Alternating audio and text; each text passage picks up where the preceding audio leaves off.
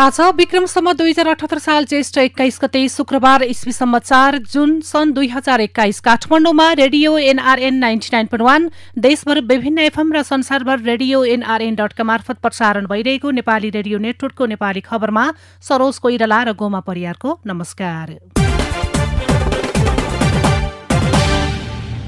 संवैधानिक सकसमा कंग्रेस वार्तासँगै नयाँ पार्टीको प्रक्रिया अगाडि बढाउने नेपाल पक्षको निष्कर्ष।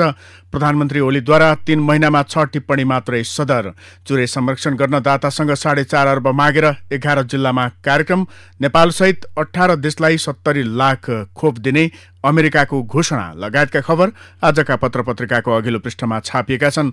अन्नपूर्ण पोस्टमा छापिएको न्याय नपाए लेजेन्ड कहाँ जानु शीर्षकको खबरलाई हामीले आजको खास खबर बनाएका छौं। राम शाहको पालामा भनिन्थ्यो न्याय नपाए गोर्खा जानु खोज्न। त्यही गोर्खाका उपल्ला विकट गाउँमा सरकारी न्याय अझै सर्वसाधारणले चाख्न पाएका छैनन्। संविधानले गाउँको समस्या गाउँमै समाधान गर्न स्थानीय तहका उपप्रमुखको नेतृत्वमा न्यायिक समितिको व्यवस्था गरेको छ। वडा अध्यक्षको नेतृत्वमा मेलमिलाप केन्द्र पनि बनाइएको छ। तर गोर्खाको उत्तरी क्षेत्र चुम्नुब्री गाउँपालिकामा न्याय निसाफ छिन्ने स्थिति बसाल्ने काम लेसेन मुखिया जस्तै पात्रले गर्छन्। जनप्रतिनिधि निर्वाचित भएको 4 वर्ष भइसक्दा पनि गाउँको चालचलन रीतिनीति लेसेनमै अडेको वडा अध्यक्षहरू बताउँछन्। लेसेनका कारण मेलमिलाप केन्द्रमा एउटा पनि उजुरी नआएको चुम्नुब्री गाउँपालिका 2 का वडा अध्यक्ष पेम्बा रेता लामा सुनाउँछन्। हाम्रो वडाभित्र 9 वटा टोल छन्। सबै टोलमा 1 जना मुख्य र 1 जना सहायक लेजेन छन्। लामा भन्छन् वर्षेनी खेतीबाली भित्र्याइसकेपछि गाउँलेले लेजेन चुन्छन्। सबै घरधुरीले वर्षौं पछि आलै पालो गरेर लेजेनको काम गर्नुपर्छ। न्याय निसाब छिनाल्ने अड्डा अदालत सदरमुकाम मात्र हुन्छन्। सदरमुकाम पुग्न गाउँबाट 5-7 दिन कसिएर पैदल हिँड्नुपर्छ। त्यही कारण पनि लेजेन प्रथा जीवित रहेको छ। उनका अनुसार लेजेनको गाउँका न्याय निसाब गर्ने दण्ड जरिवाना तोक्ने रीतिनीति चलाउँछन्। सरकारको बजेट र योजनाका काम वडा कार्यालयले गर्छन्। चल्दै आएका परम्पराका काम गर्ने झैझगडा मिलाउने काम लेजेनले गर्छन्। उनी भन्छन् बाली लगाउने भित्र्याउने मेला जात्राको तिथिमिथि जुराउने काम पनि लेजेनले गर्छन्। घरायसी झैझगडा लेनदेन सम्बन्धी साँध सीमाका विवाद पनि लेजेनले मिलाउँछन्। चुम्नुब्री 1 का वडा अध्यक्ष वीरबहादुर लामा भन्छन् मेरो वडाको 5 वटा टोलमा 3 जनाका दरले लेजेन छन्। यो आवाज हो नेपाली रेडियो नेटवर्कको र तपाईं सुन्दै हुनुहुन्छ नेपाली खबर। नेपाली रेडियो नेटवर्कको नेपाली खबरमा अब पहिलो पृष्ठका खबर। संवैधानिक सकसमा कंग्रेस शीर्षकमा राजधानी दैनिक खबर लेख्छ तोकिएको समय महाधिवेशन नहुने अवस्था बन्दै गएपछि नेपाली कंग्रेसलाई संवैधानिक संकट पर्ने देखिएको छ। कंग्रेस विधान अनुसार पार्टी सबै तहका पदाधिकारी तथा सदस्यको पदावधि 4 वर्षको हुन्छ। तर असाधारण स्थिति भएमा बढीमा 1 वर्ष अवधि बढाउन सकिने विधानमा उल्लेख छ। कंग्रेसले विधानमा भएको व्यवस्था मात्रै होइन हालसम्म संविधानमा भएको व्यवस्थालाई समेत उपयोग गरिसकेको छ। जस अनुसार गत फागुनमा संविधान सुविधा प्रयोग गरेर पार्टी केन्द्रीय समिति कार्यालय बढाइएको थियो। संविधानको धारा 269 को उपधारा 4 खमा विशेष परिस्थिति उत्पन्न भई 5 वर्षभित्र पदाधिकारी निर्वाचन हुन नसकेमा 6 महिनाभित्र त्यस्तो निर्वाचन गर्न सकिने गरी राजनीतिक दलको विधानमा व्यवस्था गर्न बाधा पर्ने छैन भनिएको छ।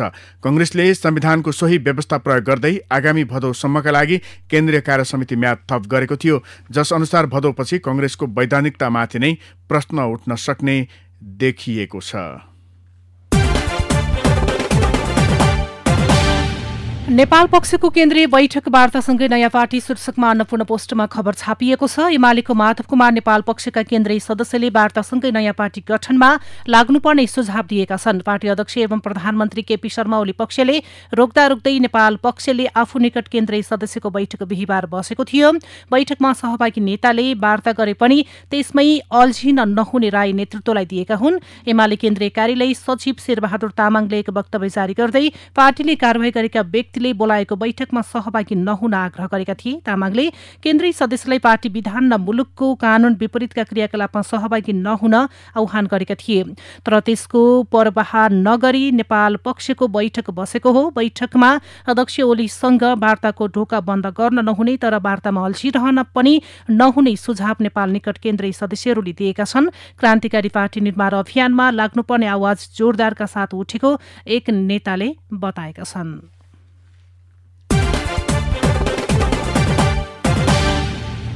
प्रधानमन्त्री केपी शर्मा ओलीले 3 महिना अवधिमा 6 वटा टिप्पणी सदर गरेको पाइएको छ। प्रधानमन्त्री तथा मन्त्री परिषद कार्यालय सिंहदरबारमा कमै उपस्थित हुने प्रधानमन्त्री ओलीले माघ चैत अवधिमा 6 वटा टिप्पणी सदर गरेका हुन्। प्रधानमन्त्री कार्यालयले सो अवधिमा 151 पत्र मन्त्रालय तथा निकायमा कार्यार्थ पठाएको छ।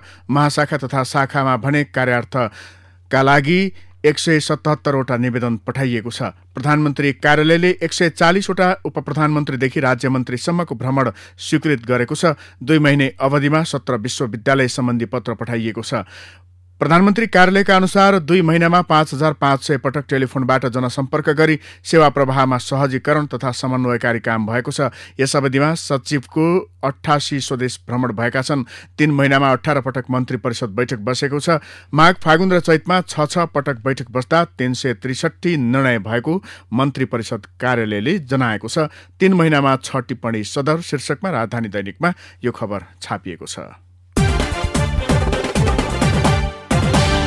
सूर्य विनाश भयो भन्दै दाताबाट 4.5 अर्ब मागेर 11 जिल्लामा कार्यक्रम शीर्षकमा नयाँ पत्रिकामा खबर छापिएको छ। सूर्य दोहन गर्ने गरी ढुङ्गा गिट्टी बालुवा निर्यात गर्ने योजना बनाएको सरकारले संरक्षणका लागि दाता पनि गुहारी रहेको छ। संयुक्त राष्ट्र संघ मार्फतको हरित जलवायु कोष जीसीएफको 4 अर्ब 67 करोड 80 लाख रुपैयाँ सहयोगमा सरकारले आगामी श्रावणबाट सूर्य उत्थानशील कार्यक्रम सञ्चालन गर्दैछ। 11 जिल्लाका 26 वटा नदी प्रणालीमा आधारित रहेर सञ्चालन हुने यो कार्यक्रममा सरकारले 91 करोड 20 लाख रुपैयाँ थप्नेछ। कार्यक्रम 5 वर्षसम्म सञ्चालन हुनेछ। अहिले कार्यालय स्थापना गरी सर्वेक्षणको काम सुरु भइसकेको छ भने आगामी श्रावणदेखि फिल्ड स्तरमै काम हुने जनाइएको छ। वन मन्त्रालयका अनुसार यो कार्यक्रम सिन्धुलीदेखि झापासम्मको चुरे र तल्लो तटीय क्षेत्रमा लागू हुनेछ।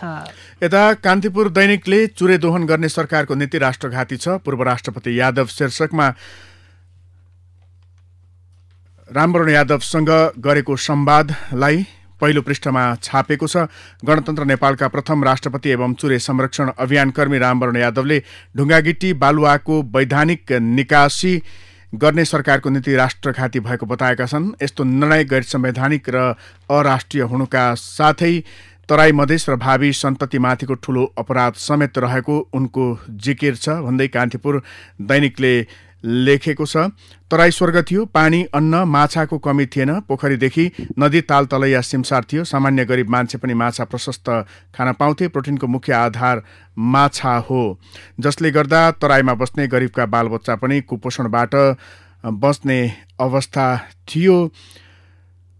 यो सबै चुरेको कारण थियो। हिमाली महाभारतमा जलको भण्डार छ, पहाडका फाँटहरूमा धानदेखि अन्य खाद्य वस्तुको उपज र जडीबुटी छ, पहाडको बीचमा चुरे, मधेसमा चुरिया भनिन्छ।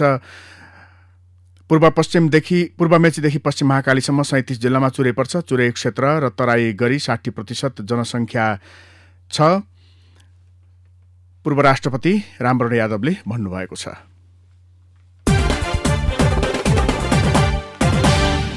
सार्क राष्ट्रमा ओह्रालो लाग्दै कोरोना शीर्षकमा राजधानीमा खबर छापिएको छ। सार्क राष्ट्रमा कोरोना संक्रमण अवस्था केही दिन यता ओह्रालो लाग्दो क्रममा पाइएको छ। सम्बन्धित देशका स्वास्थ्य मन्त्रालयको तथ्याङ्क आधार मान्दा केही दिन यता संक्रमण दर ओह्रालो लागेको पाइएको छ। पछिल्लो 24 घण्टा अवधिमा भारतमा 80,232 जनामा संक्रमण र 2,887 जनाको मृत्यु भएको छ। यसअघि भारतमा दैनिक झण्डै 2 लाखसम्म संक्रमण देखिने गरेको थियो। त्यस्तै बंगलादेशमा पछिल्लो तथ्याङ्क अनुसार एकै दिन 12,724 जनामा संक्रमण देखिएकोमा 30,000 को मृत्यु 30 जनाको मृत्यु भएको छ। अफगानिस्तानमा 1045 जनामा संक्रमण देखिएकोमा 33 जनाको मृत्यु भएको छ। श्रीलङ्कामा 24 घण्टामा 37 जनामा संक्रमण र 4 जनाको मृत्यु भएको छ। यस्तै मालदिप्समा 704 जनामा संक्रमण देखिँदा 2 जनाको मृत्यु भएको छ। पाकिस्तानमा 2028 जनामा संक्रमण देखिँदा 92 जनाको मृत्यु भएको छ। भुटानमा एकै दिन 7 जनामा संक्रमण देखिएको छ। नेपालमा भने पछिल्लो 24 घण्टामा 6825 जनामा संक्रमण देखिँदा 75 जनाको मृत्यु भएको छ। स्वास्थ्य मन्त्रालयका अनुसार नेपालमा 18,562 जनाको PCR र 3,211 जनाको एन्टिजन परीक्षण गरिएको छ। देशभर 1,01,839 जना संक्रमित रहेका छन्। बिहिबार 5,904 संक्रमित निको भएका छन्। 831 जना क्वारेन्टिनमा रहेका छन्। नेपालसहित दक्षिण एसिया र दक्षिण पूर्वी एसियाका 18 देशलाई 70 लाख खोप दिने अमेरिकी घोषणा शीर्षकमा नयाँ पत्रिकाले खबर लेखेको छ। अमेरिकाको कोभ्याक्स सुविधा अन्तर्गत दक्षिण एसिया तथा दक्षिण पूर्वी एसियाका मुलुकलाई 70 लाख डोज खोप उपलब्ध गराउने घोषणा गरेको छ। दक्षिण एसियामा 8 र दक्षिण पूर्वी एसियामा 11 देश छन्।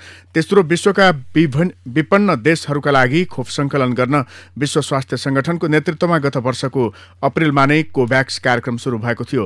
खोपको यो बास्केटमा भ्याक्सिन उत्पादक सम्पन्न देशहरूले खोप अनुदान दिँदै आएका छन्। सोही कार्यक्रम अन्तर्गत अमेरिकाले दक्षिण एसिया र दक्षिण पूर्वी एसियाका देशहरूका लागि 70 लाख डोज खोप दिने घोषणा गरेको हो।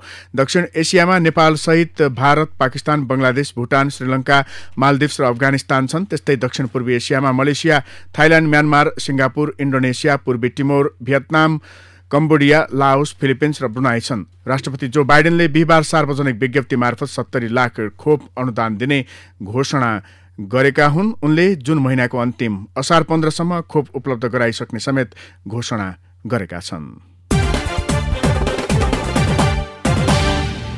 प्रधान न्यायाधीशले बोलाए पूर्ण बैठक शीर्षकमा अन्नपूर्ण पोस्टमा खबर छापिएको छ। प्रधान न्यायाधीश सोलेन्द्र शमशेर जबराले सर्वोच्च अदालतको पूर्ण बैठक आज बोलाएका छन्।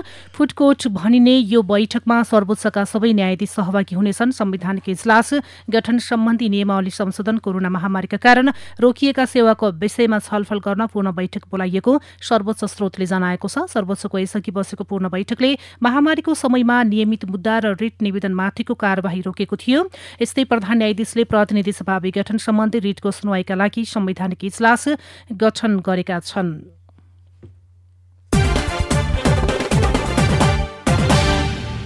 निषेधाज्ञा अवधिभर खाद्य व्यवस्था तथा व्यापार कम्पनी र साल्ट ट्रेडिङ कर्पोरेसनले बिक्री वितरण गर्ने खाद्यान्न र खाना पकाउने ग्यासमा शुक्रबारबाट 20% छुट दिने भएका छन्।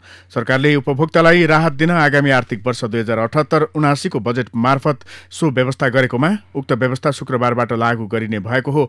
नयाँ व्यवस्था कार्यान्वयनको विषयमा बिहिबार अर्थ मन्त्रालयमा ती कम्पनीका प्रमुख बीच भएको छलफलपछि उक्त निर्णय कार्यान्वयनमा आएको जनाइएको छ। खाद्यान्न र ग्यासमा 20% छुट गोरखापत्रले खबर लेखेको छ।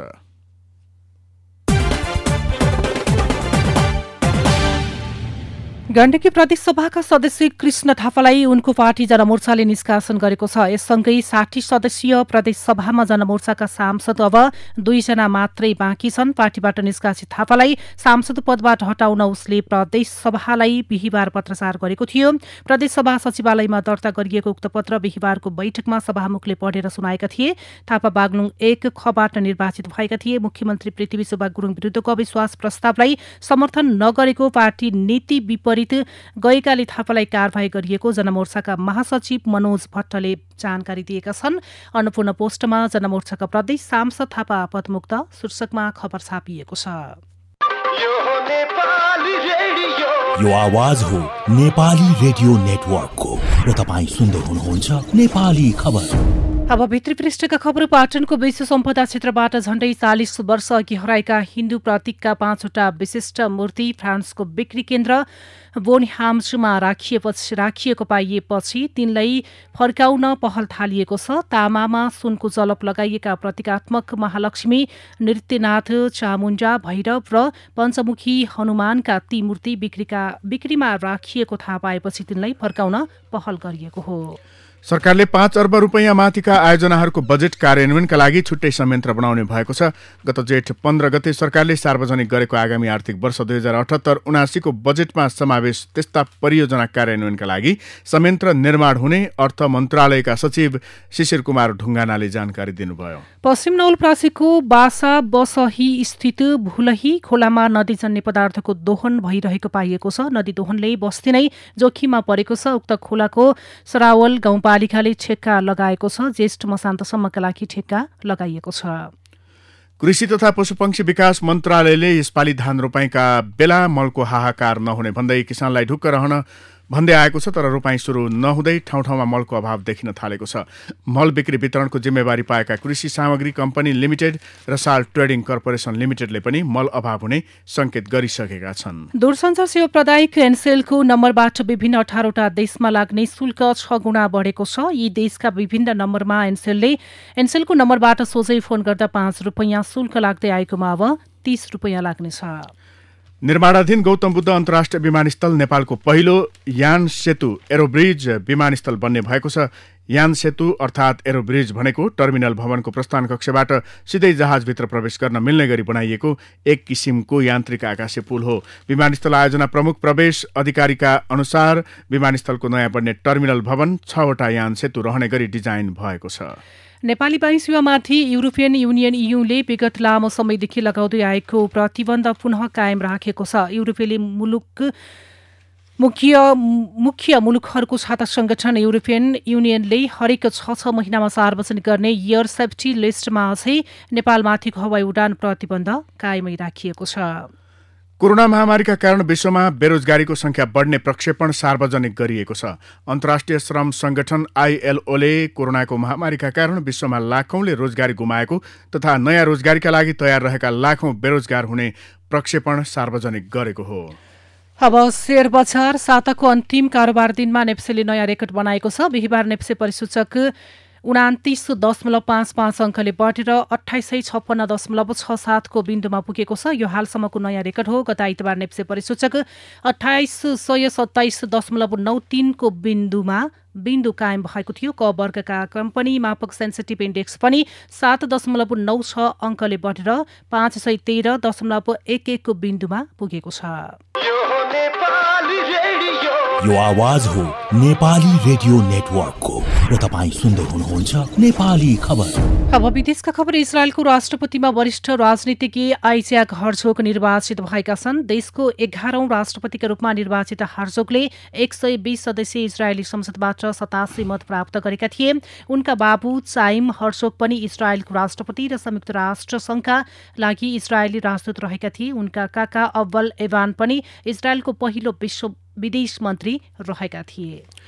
अब खेल र खेलाडीका खबर। विश्वकप 2022 र एसियन कप 2023 को दोस्रो चरणको छनौट अन्तर्गत चाइनिज ताइपे विरुद्धको दोस्रो खेलमा नेपालले जित हात पारेको छ। कुवेतको जाबर अल हमाद स्टेडियममा बिहिबार भएको खेलमा नेपाल 2-0 गोलले विजयी भएको हो। यो नतिजासँगै नेपालले 2 वर्षपछि चीनले आयोजना गर्ने एसिया कपको तेस्रो चरणको छनौट प्रतियोगिताका लागि छनौट हुने सम्भावना बलियो बनाएको छ। अब विचार र विश्लेषणको पालो। सबैभन्दा पहिला राजधानीमा छापिएको सम्पादकीय लिएका छौं। कालो ढुसीको प्रकोप नियन्त्रण गर शीर्षकमा कोरोना महामारीको दोस्रो लहर र यसले जनस्वास्थ्यमा पारेको प्रभाव न्यूनीकरणका लागि कोरोना भाइरस विरुद्धको उपचार सँगसँगै कालो ढुसीको पनि उपचार अनिवार्य हुने गरेको छ। यदि कोरोना भाइरसको उपचार गर्ने तर कालो ढुसीको उपचार नगर्ने हो भने जानी नजानी कोरोना संक्रमित बिरामीको उपचार नगरे सरह हुन जानेछ। कुनै पनि रोग वा महामारी आफू उक्लै आएको हुँदैन। यसले आफूसँग सम्बन्धित कुनै न कुनै बाई प्रोटेक्ट लिएर आएको हुन्छ। त्यसैले कोरोना भाइरससँगै देखा परेको कालो ढुसीको संक्रमण बेलैमा नियन्त्रण गर्न जरुरी भइसकेको छ। खतरा सूचना संकटको शीर्षकमा विपुल पोखरेलको विचार कान्तिपुर दैनिकमा छापिएको छ। एउटा सर्वेक्षण अनुसार संक्रमणबाट जोगिनका लागि अपनाउनु पर्ने सावधानीबारे मिडियाबाट जानकारी पाउनेहरूको संख्या अत्याधिक छ, 86%। यो तथ्याङ्कले यस्तो संकटका बेला मिडियाको भूमिका कति प्रभावकारी हुँदो रहेछ भनी प्रश्नाउँछ। तर यस्तो भूमिका निर्वाह गरिरहेको क्षेत्रलाई राज्यले अझै पनि फ्रन्टलाइनर भन्न नचाहनु विडम्बनापूर्ण छ। सरकारसहित राज्यका सबै निकायको प्राथमिकता अहिले नागरिकको स्वास्थ्य सुरक्षा बन्नुपर्छ। संविधानको मौलिक हकको दफामा रहेको स्वास्थ्यको हक र समानताको हकको यो संवेदनशील घडीमा प्रभावकारी कार्यान्वयन गर्नु राज्य संयन्त्रहरूको दायित्व हो। संविधानले आधारभूत स्वास्थ्य सेवामाथि नागरिकको निशुल्क पहुँचको पनि व्यवस्था गरेको छ। संक्रामक रोगको निशुल्क उपचार गर्नुपर्ने सम्बन्धी कानुनी प्रावधानहरू छन्। संविधान र कानुनभन्दा ठूलो मानवीय दायित्व त छँदैछ।